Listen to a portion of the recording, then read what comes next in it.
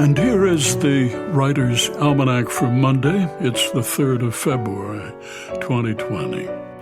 15th Amendment to the Constitution, ratified on this day, 1870, guaranteeing all male citizens the right to vote regardless of race. And the 16th Amendment, on this day, 1913, imposing a federal income tax.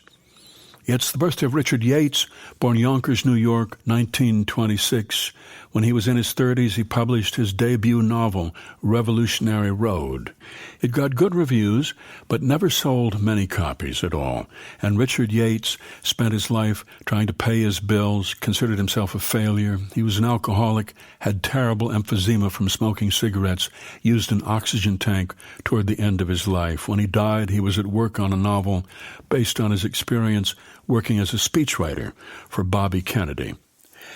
And it's the birthday of the novelist Paul Auster, born in Newark, New Jersey, 1947, who said, "Becoming a writer is not a career decision. You don't choose it so much as get chosen.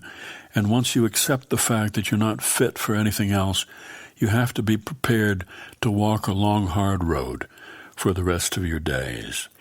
It was on this day, 1959, Buddy Holly was killed in a plane crash in Clear Lake, Iowa. He was 22, but he'd had many hit songs in the previous year and a half.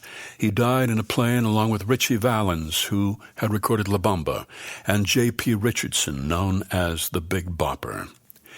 It's the birthday of the first woman to graduate from medical school, Elizabeth Blackwell, born in Bristol, England, 1821.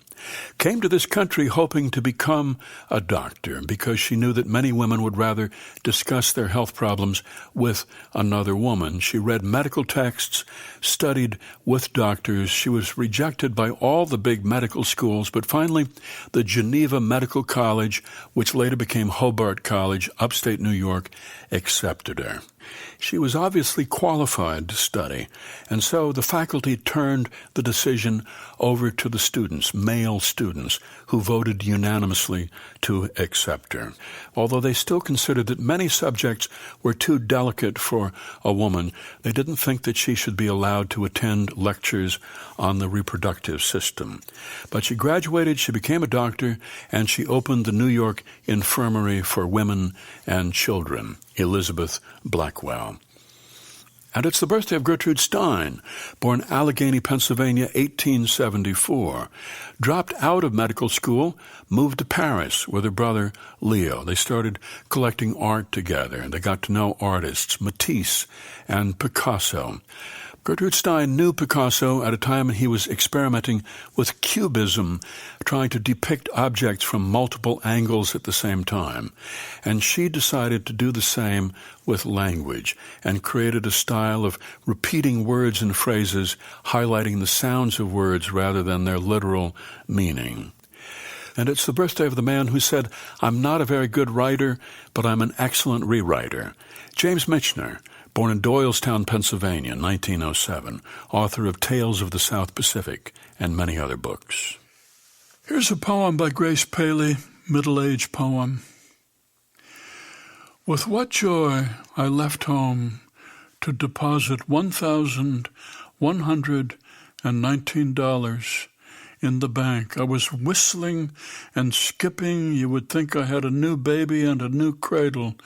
After so many years, or that my mother had come to visit from Queens, borough of cemeteries, you would think a lover was waiting at the corner of Chemical Trust and First National right under the willow oak with open arms.